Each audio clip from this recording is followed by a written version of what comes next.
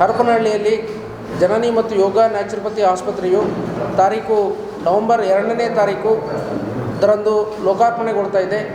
ಈ ಒಂದು ಆಸ್ಪತ್ರೆಯ ಲೋಕಾರ್ಪಣೆಗೊಳ್ಳಲು ಅವತ್ತಿನ ಸಾನ್ನಿಧ್ಯವನ್ನು ನಮ್ಮ ಉಜ್ಜಯಿನಿ ಜಗದ್ಗುರುಗಳಾದ ಶಿವಾಚಾರ್ಯ ಸಿದ್ಧಲಿಂಗೇಶ ಶಿವಾಚಾರ್ಯರು ಆಗಮಿಸ್ತಾ ಇದ್ದಾರೆ. ಜೊತೆಗೆ ಹರಪನಹಳ್ಳಿಯ ತೆಗ್ಗಿನಮಠ ಸಂಸ್ಥಾನದ ಪಟ್ಟಾಧ್ಯಕ್ಷರಾಗಿರ್ತಕ್ಕಂಥ ವರಚೋಜ್ಯೋತ ಶಿವಾಚಾರ್ಯರು ಕೂಡ ಆಗಮಿಸ್ತಾ ಇದ್ದಾರೆ. ಇವರು ಗುರುಗಳ ಹಸ್ತದಿಂದ ಅದು ಲೋಕಾರ್ಪಣೆಗೊಳ್ತಾ ಇದೆ ಮತ್ತು ಇದು 100 ಹಾಸಿಗೆಗಳುಳ್ಳ ಅತ್ಯಂತ ಸುಸಜ್ಜಿತವಾದ ಆಸ್ಪತ್ರೆಯಾಗಿರ್ತದೆ. ಅತ್ಯಂತ ಸುಂದರವಾದ ಒಂದು ಪರಿಸರ ತಾಣದಲ್ಲಿ ಇದು ಕಟ್ಟಿರ್ತದೆ.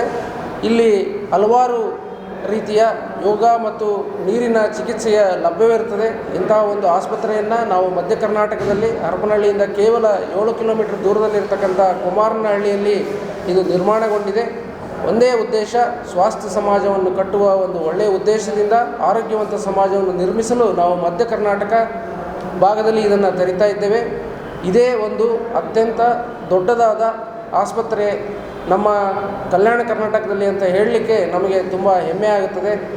ಇದನ್ನು ತಾವು ಅತಿ ಹೆಚ್ಚು ಪ್ರಚಾರಪಡಿಸಿ ಒಂದು ಉತ್ತಮವಾದ ಸೇವೆಗಳು ನಮಗೆ ಅನುಕೂಲ ಮಾಡಿಕೊಡಿ ಅಂತಕ್ಕಂಥದ್ದು ಈ ಮೂಲಕ ನಾನು ಪತ್ರಿಕಾ ಮಾಧ್ಯಮಗಳಲ್ಲಿ ವಿನಂತಿಸ್ತಾ ಇದ್ದೇನೆ. ಇಲ್ಲಿ ಒಂದು ಆಹಾರ ಪದ್ಧತಿಯ ಚಿಕಿತ್ಸೆ ಮತ್ತು ನೀರಿನ ಚಿಕಿತ್ಸೆ ಮತ್ತು ವ್ಯಾಯಾಮದ ಚಿಕಿತ್ಸೆ ಮತ್ತು ಹಲವಾರು ಚಿಕಿತ್ಸೆಗಳನ್ನು ಹೊಂದಿರತಕ್ಕಂಥ ಸೌಲಭ್ಯಗಳು ನಮ್ಮ ಆಸ್ಪತ್ರೆಯಲ್ಲಿ ದೊರೆಯುತ್ತೆ ಅಂತ ಹೇಳಲಿಕ್ಕೆ ಇಚ್ಛೆಪಡ್ತೇನೆ. ನನ್ನ ಹೆಸರು ಡಾಕ್ಟರ್ ಮಹೇಶ್ SN ಎಂದು. ನಾನು ಜಯ ಎಜುಕೇಷನಲ್ ಟ್ರಸ್ಟ್ನ ಕಾರ್ಯದರ್ಶಿ.